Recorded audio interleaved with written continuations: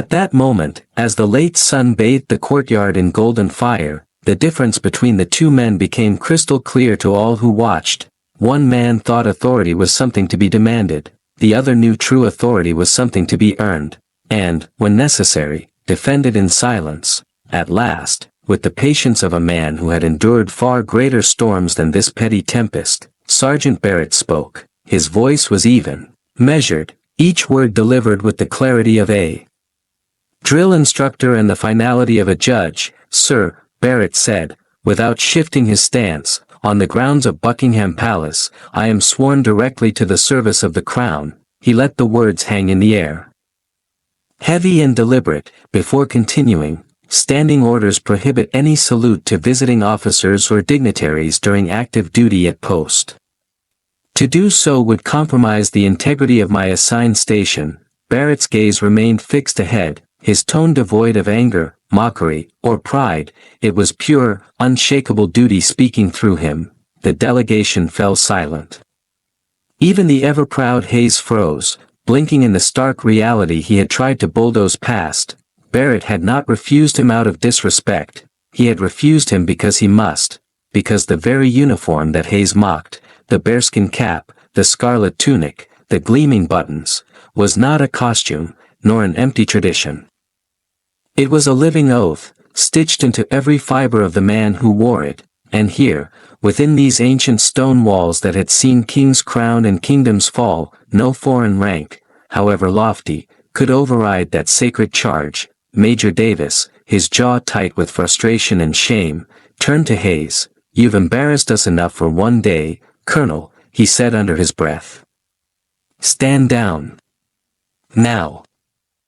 For a long, agonizing moment, Hayes said nothing. His hands twitched at his sides, his mouth twisted with the urge to argue, to command, to reassert his crumbling authority. But something in Barrett's unflinching stillness, something ancient and immovable as the monarchy itself, finally broke through the haze of his pride. Hayes lowered his gaze, and without another word, he stepped back. For a moment longer, Lieutenant Colonel Hayes lingered, trapped in the unbearable stillness between himself and the immovable figure before him. Every fiber in his body urged him to reassert dominance, to reclaim the authority he felt slipping through his fingers like sand.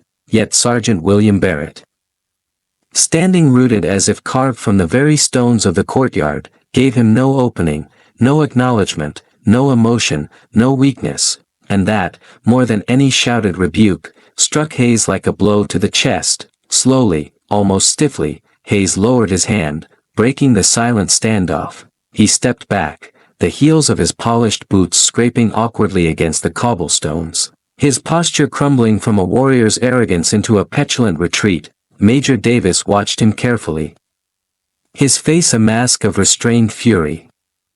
He moved forward, offering a curt nod to Barrett, a silent apology across the gulf of shame Hayes had carved, before turning sharply to his superior.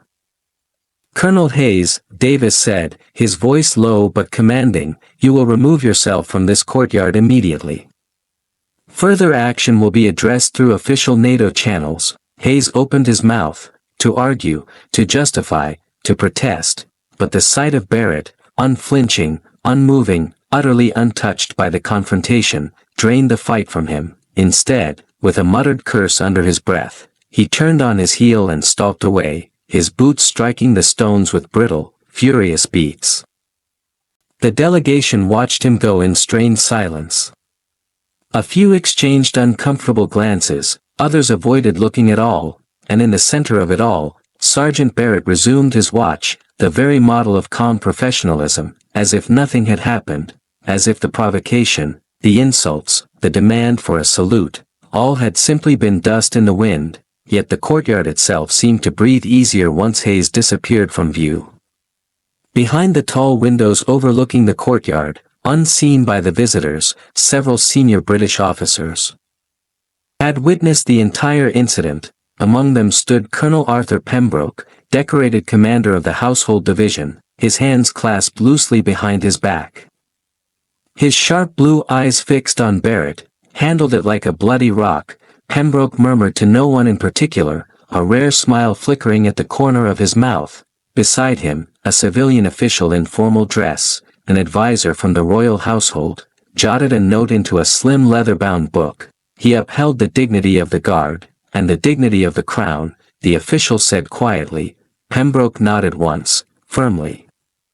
He did more than that, he said, in the face of provocation, he demonstrated the very essence of British discipline, restraint, resolve, and respect for duty above self. There was a brief pause before Pembroke added, with a glint of satisfaction. I'll see that it's noted. Meanwhile, down in the courtyard, the delegation began to disperse, whispers trailing in the humid afternoon air. Some of the Americans, especially the younger officers, threw sidelong looks at Barrett, a mix of awe and newfound respect flashing across their faces. One, a captain from the Marine Corps, paused near Barrett's post just long enough to murmur, almost under his breath, "Semper Fi, mate." It was the highest compliment he could offer, a silent brotherhood across oceans and uniforms. Barrett, of course, made no reply. He could not. He remained steadfast at his station, as he had been trained to do, a silent guardian beneath the fluttering banners of the crown, his rifle gleaming in the late afternoon sun. But deep within, behind the steel of his discipline, there stirred a quiet ember of pride. Not in personal victory, Barrett cared little for that, but in the knowledge that he had fulfilled his oath, that he had stood his ground not for himself, but for something far greater, for tradition, for honor, for the unseen thread that tied the sacrifices of centuries past to the expectations of the present. Later that evening, after the tourists had drifted away and the courtyard returned to its hushed dignity, Sergeant Barrett was summoned quietly to a private chamber within the palace. There, standing before Colonel Pembroke himself, Barrett received no grand speech, no flowery praise. Instead, Pembroke simply extended his hand, a firm, soldier's handshake, and spoke 7 words that meant more than any medal. Her Majesty would be proud of you. Barrett, still in full uniform, his boots dusty from the day's long vigil, simply nodded. No thanks were needed, no reward sought. Duty, after all, was its own reward. And so the story of Sergeant William Barrett, the silent sentinel who had faced down arrogance with honor, joined the quiet legends of Buckingham Palace, a story not shouted from rooftops, but carried in the respectful whispers of those who understood that true strength needs no trumpet to announce its presence. It simply is. The tension in the courtyard, though momentarily subdued by Hayes's retreat, had not yet fully dissipated. A ripple of unease still hummed through the delegation, through the onlookers, through the very stones beneath their feet. Then, from the edge of the courtyard, another figure stepped forward. Captain Jonathan Wells, tall, composed, and bearing the crisp authority of a man well accustomed to command, approached with measured steps. The gold braid on his dress uniform caught the sun as he moved, his face a mask of firm professionalism. He stopped a few paces from Barrett, offering him a subtle nod, an unspoken reassurance, before turning to face the American delegation, his voice cutting through the heavy silence like a blade through silk. "Allow me to clarify, Captain Wells," began, his tone courteous but edged with unmistakable steel. "The Queen's Guard, while composed of active duty soldiers, does not answer to foreign command structures when posted in ceremonial duty." He let that statement hang in the air for a moment, allowing its full weight to settle. "Here, on the grounds of Buckingham Palace," Wells continued, "we serve under the sovereign authority of Her Majesty the Queen. Our orders come directly through the royal household and the household division, not through NATO protocols or external military hierarchies." Several American officers exchanged quick, uneasy glances. Captain Wells's gaze swept across them, pausing deliberately on Major Davis. For his part, met the British officer's eyes and offered a slight, respectful nod. Hayes, standing several yards away, flushed darkly but said nothing. Captain Wells pressed on, his voice unyielding. "In accordance with our standing orders," he said, "guardsmen on duty are forbidden from saluting visiting officers, regardless of rank, nationality, or alliance. Our salute, and our allegiance, is reserved solely for the Crown during our time of service at these posts." The words were not spoken with arrogance, nor with anger, they were simply facts, cold, unshakable, ancient facts, as immutable as the palace walls themselves. And, Wells added, his voice softening slightly but no less firm, any interference with a sentry's duties is considered a breach of protocol and treated with utmost seriousness. There was no mistaking the warning in that statement. For a moment longer, silence reigned, then Major Davis, ever the diplomat, stepped forward with a crisp salute toward Captain Wells. "Understood, Captain," Davis said, his voice carrying both apology and relief. "On behalf of the delegation, I offer our thanks for your professionalism." Wells inclined his head graciously. "Thank you, Major," and with that, the air seemed to lighten, the tension bleeding away like mist under the noonday sun. As the delegation began to reorganize and prepare for their formal exit, Captain Wells moved closer to Barrett, his voice low enough that only the sergeant could hear. "You did well, Barrett," he said, the barest flicker of pride in his tone. "Impeccable discipline." "Exactly what we expect from the guard." Barrett, his expression unchanged, gave a subtle, almost imperceptible nod, the only acknowledgement necessary between two soldiers who understood one another without need for words. Captain Wells lingered a moment longer, then gave a quiet, almost unseen pat on Barrett's shoulder, an act of rare familiarity in the rigid world of royal ceremony, before stepping back to oversee the delegation's departure. Barrett resumed his position, still, silent, resolute. The crimson of his coat blazed against the gray stone of the palace walls. His bearskin cap, a symbol of centuries of tradition, sat proud upon his head, and in his hand, his rifle remained as steady as the centuries of duty he represented. The tourists who had stayed to watch, unsure at first whether they were witnessing scandal or ceremony, now gazed at Barrett with a new understanding, not just as a curiosity in a bright uniform, but as something far rarer, a living embodiment of loyalty, a man who, in silence, had spoken more about honor than 1,000 shouted words ever could. The tension that had simmered for what felt like an eternity finally appeared to subside. Hayes had retreated, but not without leaving behind the bitter taste of his disregard for the very foundation of British military discipline. The delegation had regained its composure, though the damage was done. Hayes, however, seemed oblivious to the deeper currents beneath the surface. As the group moved toward the palace's interior, the air was thick with murmurs. Some of the American officers had begun to voice their unease, though they were quick to shift their focus to more pressing matters. But not all had forgotten. Major Davis, still reeling from the confrontation, found himself unable to shake the feeling that something larger had transpired. The rest of the delegation had assumed the calm and polished demeanor of people accustomed to power and prestige. But the anger in their silence was evident. It had been an embarrassing moment. Yet, as the visitors filed in, a few remained fixated on the figure of Sergeant Barrett standing still as a statue. Barrett had returned to his post. Unfazed, his attention once more fixed firmly on the horizon. The tourists who had previously been unsure of what they had witnessed now looked upon him differently. Gone was the curiosity of the uniformed guard, replaced by an understanding of the quiet gravity that surrounded him.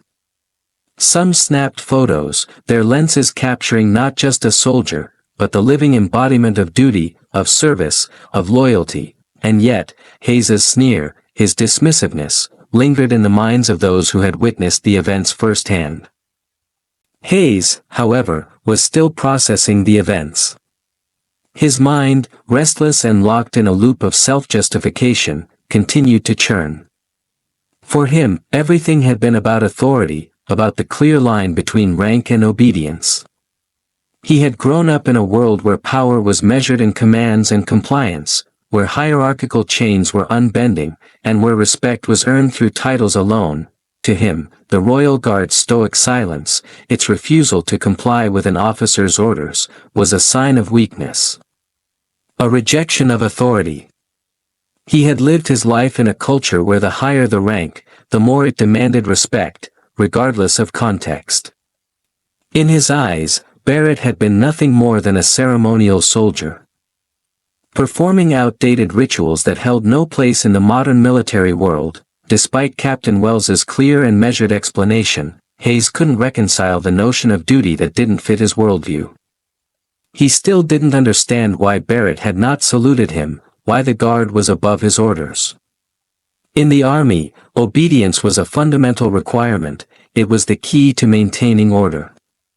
But this was something else entirely. It didn't make sense, it wasn't just about the saluting, either. Hayes had seen Barrett's hand on his rifle, a barely perceptible movement, but one with such potential weight that it struck a primal chord within him. Hayes understood violence. He understood its language. The smooth, quiet shift of the bayonet had been a reminder, a sharp warning not of physical power, but of mental and emotional restraint. It was a language Hayes didn't speak fluently, it was the quietness that unsettled him most. Back in the inner sanctum of Buckingham Palace, Hayes found himself isolated from his delegation. The sting of the confrontation had worn off somewhat, but his frustration lingered. He had spent a lifetime carving out his own space in a world of rank and ceremony, and now he was faced with an institution that defied everything he understood about power. At one point, he turned to Major Davis, the only one of his delegation who had shown the slightest respect for the protocols of the palace.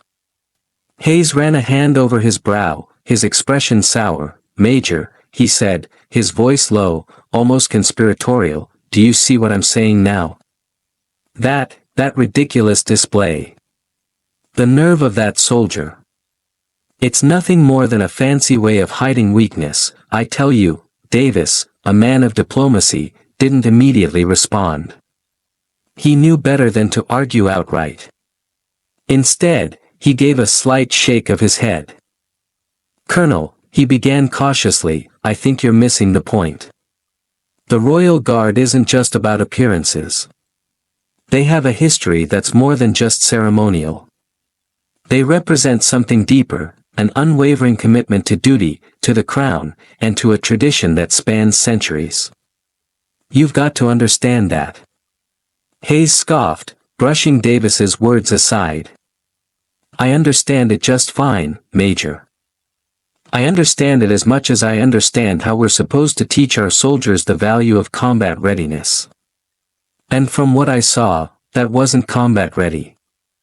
It was ceremonial, a performance." Davis hesitated, then continued, his voice steady. "I don't think you're seeing it, Colonel. Discipline isn't just about combat readiness. It's about control. Restraint. The Royal Guard's discipline isn't meant to be measured in how fast you can run or how loudly you can shout orders. It's measured in how still you can be, in how much restraint you have in the face of provocation. It's not about aggression, it's about endurance." Thank you for watching the video. If you enjoyed it, don't forget to hit like and share it. Subscribe to our channel for more inspiring videos. Thanks again and see you in the next one.